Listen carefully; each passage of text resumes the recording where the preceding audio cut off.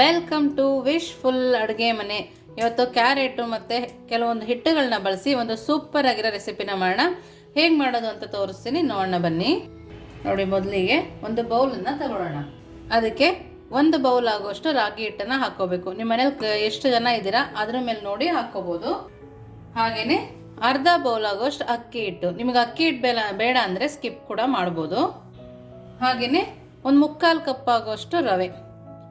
ಇದೇ ಕ್ವಾಂಟಿಟಿಲಿ ಹಾಕೊಂಡ್ರೆ ತುಂಬ ಚೆನ್ನಾಗಿ ಬರುತ್ತೆ. ಇದಕ್ಕೇನೆ 1 ಕಪ್ ಆಗುವಷ್ಟು ಮೊಸರನ್ನ ಹಾಕ್ಕೊಂಡಿದ್ದೀನಿ. ಹುಳಿ ಮೊಸರಿದ್ರೂ ಕೂಡ ಹಾಕೋಬೋದು. ನೋಡಿ, ಅದೇ ಬೌಲ್ಗೆ ಸ್ವಲ್ಪ ನೀರನ್ನು ಹಾಕ್ಕೊಳ್ತಾ ಇದ್ದೀನಿ. ನಾನಿಲ್ಲಿ ಜಾಸ್ತಿ ನೀರನ್ನು ಸೇರಿಸ್ಕೊಳ್ಳಲ್ಲ, ಸ್ವಲ್ಪನೇ ನೀರನ್ನು ಸೇರಿಸ್ಕೊಂಡು ಮಿಕ್ಸ್ ಮಾಡ್ಕೊಳ್ಳೋಣ. ನೋಡಿ, ರವೆ ಮತ್ತು ಅಕ್ಕಿ ಹಿಟ್ಟು ರಾಗಿ ಹಿಟ್ಟು ಮಿಕ್ಸ್ ಆಗೋ ಥರ ನಾವು ಇದನ್ನು ಮಿಕ್ಸ್ ಮಾಡ್ಕೋಬೇಕು. ರಾಗಿ ಹಿಟ್ಟು ಕೂಡ ಆರೋಗ್ಯಕ್ಕೆ ತುಂಬಾ ಒಳ್ಳೆಯದು. ಬರೀ ಯಾವಾಗಲೂ ನಾವು ರಾಗಿ ಮುದ್ದೆ ಥರ ತಿಂತಾ ಇರ್ತೀವಲ್ಲ, ರಾಗಿ ಮುದ್ದೆ ರಾಗಿ ರೊಟ್ಟಿ ಎಲ್ಲ ತಿಂತಾ ಇರ್ತೀವಲ್ಲ, ಅದ್ರ ಬದಲು ನಾವು ಈ ಥರ ಡಿಫ್ರೆಂಟಾಗಿ ಮಾಡ್ಕೊಂಡು ತಿನ್ಬೋದು. ಹೆಲ್ದಿನೂ ಆಗಿರುತ್ತೆ, ಟೇಸ್ಟಿಯಾಗೂ ಕೂಡ ಇರುತ್ತೆ. ನೋಡಿ, ಇವಾಗ ಗಟ್ಟಿ ಆಯ್ತಲ್ಲ, ಇದಕ್ಕೆ ಇನ್ನೂ ಒಂದು ಅರ್ಧ ಬೌಲ್ ಆಗುವಷ್ಟು ಮೊಸರನ್ನ ಸೇರಿಸ್ಕೊಳ್ಳೋಣ. ನೋಡಿ, ನಾನೊಂದು ಅರ್ಧ ಬೌಲ್ ಆಗುವಷ್ಟು ಮೊಸರನ್ನ ಹಾಕ್ಕೊಂಡಿದ್ದೀನಿ. ಗಟ್ಟಿ ಮೊಸರಾಗಿರೋದ್ರಿಂದ ಸ್ವಲ್ಪ ನೀರನ್ನು ಸೇರಿಸಿ ಹಾಕ್ಕೊಳ್ತಾ ಇದ್ದೀನಿ. ನೋಡಿ, ಇವಾಗ ನೀಟಾಗಿ ಕಲಿಸ್ಕೊಬೇಕು. ನೀವಿನ್ನೂ ನಮ್ಮ ವಾಟ್ಸಪ್ ಗ್ರೂಪ್ಗೆ ಜಾಯಿನ್ ಆಗಿಲ್ಲ ಅಂದರೆ ವಿಶ್ಫುಲ್ ವಾಟ್ಸಪ್ ಗ್ರೂಪ್ಗೆ ಜಾಯಿನ್ ಆಗಿ ನಿಮ್ಗೆ ಯಾವ ರೆಸಿಪಿ ಬರುತ್ತೆ ಅಂತ ಕೂಡ ಅಲ್ಲಿ ಕಮೆಂಟ್ ಮೂಲಕ ತಿಳಿಸ್ಬೋದು. ನಮ್ಮ ರೆಸಿಪಿ ಕೂಡ ನಿಮ್ಗೆ ಹೇಗೆ ಅನ್ನಿಸ್ತು ಅಂತ ಕೂಡ ಕಮೆಂಟ್ ಮೂಲಕ ನೀವು ಅಲ್ಲಿ ತಿಳಿಸ್ಬೋದು. ನೋಡಿ, ಈ ಥರ ಚೆನ್ನಾಗಿ ಮಿಕ್ಸ್ ಮಾಡ್ಕೊಬೇಕು. ನೋಡಿ, ಇವಾಗ ಸ್ವಲ್ಪನೇ ನೀರು ಹಾಕಿ ಕಲಿಸ್ಕೊಳ್ಳೋಣ. ನೀವು ಮಜ್ಜಿಗೆ ಆದರೆ ನೀರನ್ನ ಹಾಕ್ಕೊಳ್ಳೋದು ಬೇಕಾಗಲ್ಲ. ನಾವು ಮೊಸರು ಹಾಕ್ಕೊಳ್ಳೋದ್ರಿಂದ ಸ್ವಲ್ಪ ನೀರನ್ನು ನಾನಿಲ್ಲಿ ಹಾಕ್ಕೊಳ್ತಾ ಇದ್ದೀನಿ. ನೋಡಿ, ಈ ಥರ ಕಲಿಸ್ಕೊಂಡಿದ್ದೀನಿ. ಹಿಟ್ಟಿಟ್ಟು ಥರ ಇದೆಯಲ್ಲ, ಅದು ಹೋಗೋ ತನಕನೂ ನೀಟಾಗಿ ಕಲಿಸ್ಕೊಬೇಕು. ಹಾಗಾಗಿ ನಾನು ಒಂದೇ ಸರಿ ನೀರು ಹಾಕ್ಕೊಳ್ತಾ ಇಲ್ಲ, ಸ್ವಲ್ಪನೇ ನೀರು ಹಾಕಿ ನಾನಿಲ್ಲಿ ಕಲಿಸ್ಕೊಳ್ತಾ ಇದ್ದೀನಿ. ನಾವು ಒಂದೇ ಸರಿ ನೀರು ಹಾಕಿದ್ರೆ ಬ್ಯಾಟರ್ ತುಂಬ ತೆಳುವಾಗ್ಬಿಡುತ್ತೆ. ಹಾಗಾಗಿ ಇಷ್ಟಿಷ್ಟೇ ನೀರು ಹಾಕಿ ನಾವು ಇದನ್ನು ಕಲಿಸ್ಕೊಬೇಕು. ಮನೆಗೆ ಯಾರು ದಿಢೀರಾಗಿ ಬಂದಾಗ ನಾವು ಈ ಥರ ಮಾಡಿಕೊಟ್ರೆ ತುಂಬ ಖುಷಿಪಟ್ಟು ತಿಂತಾರೆ. ಏನೋ ಡಿಫ್ರೆಂಟಾಗಿ ಮಾಡಿಕೊಟ್ಟಿದ್ದಾರೆ ಅಂತ. ಹೆಲ್ದಿಯಾಗಿ ಕೂಡ ಇರುತ್ತೆ, ಹೆವಿ ಅನಿಸೋದಿಲ್ಲ ತಿಂದಮೇಲೆ. ನೋಡಿ, ಇದನ್ನ ಹೀಗೆ ಒಂದು 5 ನಿಮಿಷ ರೆಸ್ಟಿಗೆ ಎತ್ತಿಡೋಣ. ನೆಕ್ಸ್ಟ್ ಏನು ಮಾಡೋದು ಅಂತ ನೋಡೋಣ ಬನ್ನಿ. ನೋಡಿ, ಇವಾಗ ಒಂದು 5 ನಿಮಿಷ ರೆಸ್ಟ್ ಆಗಿದೆ. ನೋಡಿ, ಈ ಥರ ಗಟ್ಟಿಯಾಗಿದೆ ಅಲ್ಲ ನಮಗೆ. ಇವಾಗ ನಾವು ಇದನ್ನು ಒಂದು ಮಿಕ್ಸಿ ಜಾರಿಗೆ ಹಾಕೋಣ. ನೋಡಿ, ಬ್ಯಾಟರ್ನ ಹಾಕೋಬೇಕು. ನಾನೇನು ಮತ್ತೆ ನೀರು ಹಾಕ್ಕೊಂಡಿಲ್ಲ, ಸೇಮ್ ಅದೇ ಥರನೇ ಬ್ಯಾಟರ್ನ ಹಾಕ್ಕೊಂಡು ನಾವು ಮಿಕ್ಸ್ ಮಾಡ್ಕೊಬೇಕು. ನಮ್ಗೆ ಅಲ್ಲಲ್ಲಿ ಗಂಟಿರುತ್ತಲ್ಲ, ಅದು ಕೂಡ ನೀಟಾಗಿ ಗ್ರೈಂಡ್ ಆಗುತ್ತೆ. ನೋಡಿ, ಇದನ್ನು ಸಣ್ಣದಾಗಿ ರುಬ್ಕೊಂಬರೋಣ. ನೋಡಿ, ಇವಾಗ ಎಷ್ಟು ಸಣ್ಣದಾಗಿ ರುಬ್ಬಿದ್ದೀವಿ. ನಾವು ಮಾಮೂಲು ದೋಸೆ ಇಟ್ಟು ಯಾವ ಥರ ರುಬ್ಕೊತೀವೋ ಆ ಥರ ಆಗಿದೆ ಅಲ್ಲ, ಇಷ್ಟು ಸಣ್ಣದಾಗಿ ನಾವು ರುಬ್ಕೊಂಬರ್ಬೇಕು. ಇದನ್ನು ಇವಾಗ ಅದೇ ಬೌಲ್ಗೆ ಹಾಕ್ಕೊಳ್ಳೋಣ. ನಾವು ಮೊದಲು ಯಾವ ಹಿಟ್ಟು ಕಲಸಿದ್ವಲ್ಲ ಅದೇ ಬೌಲ್ಗೆ ಹಾಕೋಣ. ನೋಡಿ, ನಾವು ನೀರು ಹಾಕಿಲ್ಲ, ಯಾವ ಥರ ಬ್ಯಾಟರ್ ರೆಡಿಯಾಗಿದೆ ನೋಡ್ತಾ ಇದ್ದೀರಲ್ಲ. ನೋಡಿ, ಬ್ಯಾಟರ್ ಕೂಡ ರೆಡಿ ಇದೆ. ನೋಡಿ, ಇದನ್ನು ಒಂದು ಸರಿ ಕೈ ಆಡಿಸಿ ಇದನ್ನು ಪಕ್ಕಕ್ಕೆ ಎತ್ತಿಟ್ಕೊಳ್ಳೋಣ. ನೆಕ್ಸ್ಟ್ ಏನು ಮಾಡೋದು ನೋಡೋಣ ಬನ್ನಿ. ನೋಡಿ, ರಾಗಿ ಹಿಟ್ಟು ಸ್ವಲ್ಪ ನೆನೆಯುವಷ್ಟರೊಳಗೆ ಒಂದು ಸ್ವಲ್ಪ ಚಟ್ನಿ ಮಾಡ್ಕೊಳ್ಳೋಣ. ನೋಡಿ, ಒಂದು ಸಣ್ಣದಾಗಿ ಕಟ್ ಮಾಡಿರೋ ತೆಂಗಿನಕಾಯಿನ ಹಾಕ್ಕೊಂಡಿದ್ದೀನಿ. ಹಾಗೆಯೇ ಒಂದು 3 ಬೆಳ್ಳುಳ್ಳಿ, ಕಡಲೆ ಕೂಡ ಹಾಕ್ಕೊಂಡಿದ್ದೀನಿ. ಹಸಿ ಮೆಣಸಿನ್ಕಾಯಿ ಅಂದರೆ ಕೆಂಪಾಗಿರುತ್ತಲ್ಲ ಆ ಮೆಣಸಿನ್ಕಾಯಿನ ಹಾಕ್ಕೊಳ್ತಾ ಇದ್ದೀನಿ. ರುಚಿಗೆ ಸ್ವಲ್ಪ ಉಪ್ಪನ್ನು ಕೂಡ ಸೇರಿಸ್ಕೊಳ್ತಾ ಇದ್ದೀನಿ. ಸ್ವಲ್ಪ ಕೊತ್ತಂಬರಿ ಸೊಪ್ಪು. ಇದನ್ನು ಸ್ವಲ್ಪನೇ ನೀರು ಹಾಕಿ ರುಬ್ಕೊಂಬರ್ಬೇಕು. ದಿಢೀರಂತ ಒಂದು ಚಟ್ನಿ ರೆಡಿ ಆಗುತ್ತೆ. ನೋಡಿ, ಚಟ್ನಿ ರೆಡಿ ಇದೆ. ನೋಡಿ, ಎಷ್ಟು ಸಕ್ಕತ್ತಾಗಿ ಕಾಣಿಸ್ತಾ ಇದೆ. ಮಾಮೂಲಿ ಇಡ್ಲಿ ದೋಸೆ ಮಾಡೋದಾಗ ಕೂಡ ದಿಢೀರಾಗಿ ಈ ಥರ ಚಟ್ನಿನ ಮಾಡ್ಕೊಬೋದು.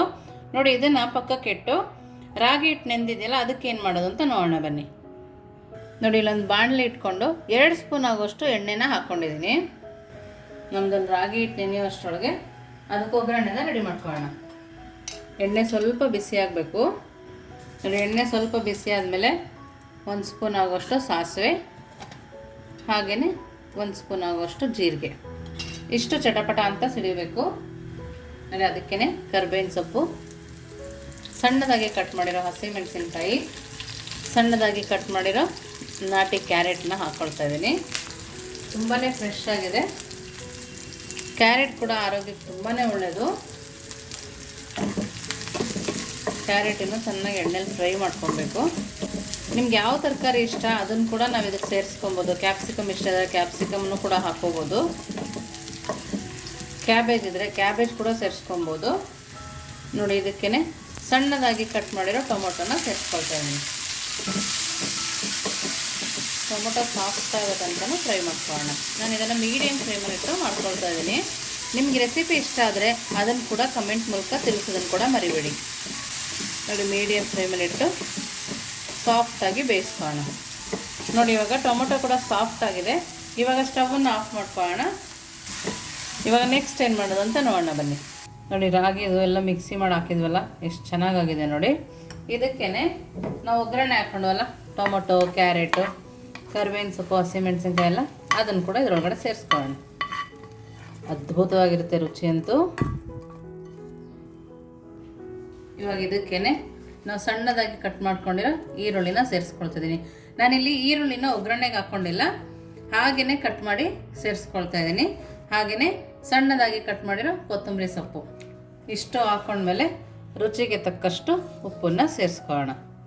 ನಾವು ಇದನ್ನು ನೆನೆಸಂಗಿಲ್ಲ ಅಲ್ವಾ, ದಿಢೀರಂತ ಮಾಡೋದ್ರಿಂದ ಅಡುಗೆ ಸೋಡಾನ ಹಾಕ್ಕೊಳ್ತಾ ಇದ್ದೀನಿ. ಒಂದು 1/4 ಸ್ಪೂನ್ ಆಗೋಷ್ಟು ಅಡುಗೆ ಸೋಡಾನ ಹಾಕ್ಕೊಳ್ತಾ ಇದ್ದೀನಿ. ನೆನೆಸಿಡಂಗಿದ್ರೆ ಇದು ಹಾಕ್ಕೊಳ್ಳೋ ಅವಶ್ಯಕತೆ ಬರೋದಿಲ್ಲ. ನೋಡಿ, ಇದನ್ನು ನೀಟಾಗಿ ಕೈ ಆಡಿಸ್ಕೊಬೇಕು. ಸ್ವಲ್ಪ ಬೀಟ್ ಮಾಡಿ ಕೈ ಆಡಿಸ್ಕೊಂಡಾಗ ತುಂಬ ಚೆನ್ನಾಗಿ ಬರುತ್ತೆ. ಫ್ಲಫಿಯಾಗಿ ಸಕ್ಕತ್ತಾಗಿರುತ್ತೆ. ನೋಡಿ, ಮತ್ತೆ ನೀರು ಹಾಕೋ ಅವಶ್ಯಕತೆ ಇಲ್ಲ, ನಮಗೆ ಈ ಹದ ಬೇಕಾಗ್ಯದು. ಹಾಗಾಗಿ ಜಾಸ್ತಿ ನೀರನ್ನು ಹಾಕ್ಕೊಬಾರ್ದು ಒಂದೇ ಸರಿ. ಮಕ್ಕಳಿಗೆ ಸಂಜೆ ಬಂದಾಗ ಹೊಟ್ಟೆ ಹಸು ಅಂದಾಗ ಈ ಥರ ಹೆಲ್ದಿಯಾಗಿ ಮಾಡಿಕೊಟ್ರೆ ಅವರು ಖುಷಿಪಟ್ಟು ತಿಂತಾರೆ. ಕೆಲವೊಬ್ರು ಅಕ್ಕಿ ಹಿಟ್ಟು ಸೇರಿಸೋಂಗಿಲ್ಲ ಅಂತಾರೆ. ಅಕ್ಕಿ ಹಿಟ್ಟು ಬೇಡ ಅಂದರೂ ಕೂಡ ಸ್ಕಿಪ್ ಮಾಡ್ಬೋದು.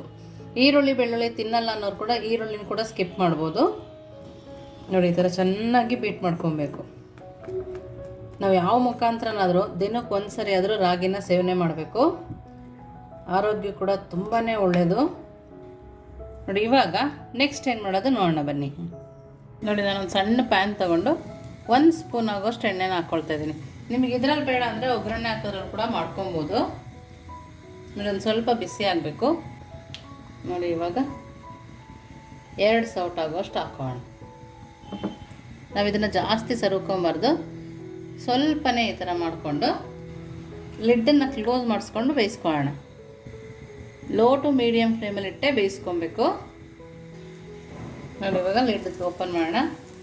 ನೋಡಿ, ಎಷ್ಟು ಸಕ್ಕದಾಗಿ ಬೆಂದಿದೆ. ವಾವ್, 2 ಸೈಡು ಬೇಯಿಸ್ಕೊಬೇಕು. ನಮಗೆ ನೀಟಾಗಿ ಒಳಗಡೆನೂ ಬೆಂದಿರಬೇಕಲ್ಲ, ಈ ಥರ 2 ಸೈಡು ಬೇಯಿಸ್ಕೊಳ್ಳೋಣ. ನಾವು ಇದನ್ನು ಮಕ್ಕಳಿಗೆ ಲಂಚ್ ಬಾಕ್ಸಿಗೆ ಕೂಡ ಹಾಕ್ಕೊಡ್ಬೋದು. ನೋಡಿ, ಇವಾಗ 2 ಸೈಡ್ ಕೂಡ ಬೇಯಿಸ್ಕೊಂಡಿದ್ದೀನಿ. ನೋಡಿ, ಎಷ್ಟು ಚೆನ್ನಾಗಿ ಕಾಣಿಸ್ತದೆ, ನೀವೇ ನೋಡ್ತಾ ಇದ್ದೀರಲ್ಲ. ಒಳಗಡೆ ಟೊಮೊಟೊ ಕೂಡ ನೀಟಾಗಿ ಬೆಂದಿದೆ. ನೋಡಿ, ಇದನ್ನು ತೆಗೆದು ಇನ್ನೊಂದು ಹಾಕೋದು ಕೂಡ ತೋರಿಸ್ತೀನಿ. ಇವಾಗ ನಿಮ್ಗೆ ಎಣ್ಣೆ ಬೇಕಿದ್ರೆ ಹಾಕ್ಕೋಬೋದು, ಇಲ್ಲ ಅದೇ ಥರ ಕೂಡ ಹಾಕ್ಕೋಬೋದು. ಎಣ್ಣೆ ಹಿಂದೆನೇ ಮಾಡ್ಕೊಬೋದು.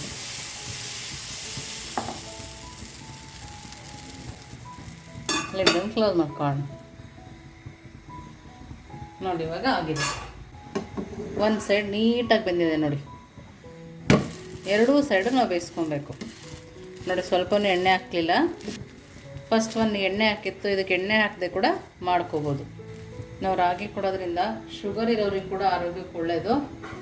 ನೋಡಿ, 2 ಸೈಡು ನೀಟಾಗಿ ಬೆಂದಿದೆ. ನಾವು ಯಾವಾಗಲೂ ರಾಗಿ ರೊಟ್ಟಿ ಮಾಡ್ಕೊಳ್ತೀವಲ್ಲ, ಅದಕ್ಕಿಂತ ತುಂಬ ಸುಲಭವಾಗಿ ತುಂಬ ಟೇಸ್ಟಿಯಾಗಿ ಮಾಡ್ಕೊಬೋದು. ನೋಡಿದ್ರಲ್ಲ, ಪ್ಲೇಟು ಕೂಡ ರೆಡಿ ಇದೆ. ಬಿಸಿ ಬಿಸಿ ರಾಗಿ ಸೆಟ್ ದೋಸೆ ಅಂತ ಬೇಕಾದರೂ ಕರಿಬೋದು, ರಾಗಿ ಬನ್ ಅಂತ ಬೇಕಾದರೂ ಕರಿಬೋದು. ನೋಡಿ, ಎಷ್ಟು ಚೆನ್ನಾಗಿದೆ ಅಂತ ನೋಡ್ತಾ ಇದ್ದೀರಲ್ಲ. ತುಂಬ ಅಂದರೆ ತುಂಬಾ ಸೂಪರಾಗಿರುತ್ತೆ. ನೋಡೋಕ್ಕೆ ಎಷ್ಟು ಚೆನ್ನಾಗಿ ಕಾಣಿಸ್ತದೆಯೋ ತಿನ್ನೋಕ್ಕೆ ಕೂಡ ಅಷ್ಟೇ ಚೆನ್ನಾಗಿರುತ್ತೆ. ನೋಡಿ, ಇದಕ್ಕೇ ನಾವು ಚಟ್ನಿ ಮಾಡ್ಕೊಂಡ್ವಲ್ಲ, ತೆಂಗಿನಕಾಯಿ ಚಟ್ನಿ. ನಿಮ್ಗೆ ಯಾವ ಚಟ್ನಿ ಬೇಕಾದರೂ ಮಾಡ್ಕೋಬೋದು, ಬಟ್ ತೆಂಗಿನಕಾಯಿ ಚಟ್ನಿ ರಾಗಿಗೆ ತುಂಬಾ ಒಳ್ಳೆ ಕಾಂಬಿನೇಷನ್ನು. ನೋಡಿ, ತೆಂಗಿನಕಾಯಿ ಚಟ್ನಿ ಘಮನೂ ತುಂಬ ಚೆನ್ನಾಗಿ ಬರ್ತಾಯಿದೆ. ನೋಡಿ, ಇದು ಒಳಗಡೆ ಕೂಡ ಎಷ್ಟು ಚೆನ್ನಾಗಿ ಬೆಂದಿದೆ ಅಂತ ತೋರಿಸ್ತೀನಿ. ನೋಡಿ, ನೋಡ್ತಾ ಇದ್ದೀರಲ್ಲ, ಒಳಗಡೆ ತುಂಬ ಚೆನ್ನಾಗಿ ಬಂದಿದೆ ನೋಡಿ, ಇಲ್ಲೆಲ್ಲ ಕ್ರಿಸ್ಪಿ ಥರನೂ ಇದೆ.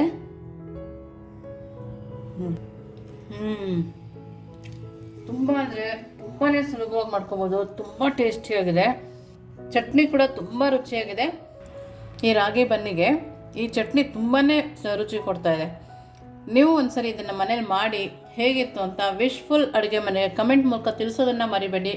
ನೀವು ಇನ್ನೂ ನಮ್ಮ ಚಾನಲ್ ಲೈಕ್ ಮಾಡಿಲ್ಲ ಅಂದರೆ ಲೈಕ್ ಮಾಡಿ, ಶೇರ್ ಮಾಡಿ. ವಿಶ್ಫುಲ್ ಅಡುಗೆ ಮನೆಗೆ ಥ್ಯಾಂಕ್ ಯು.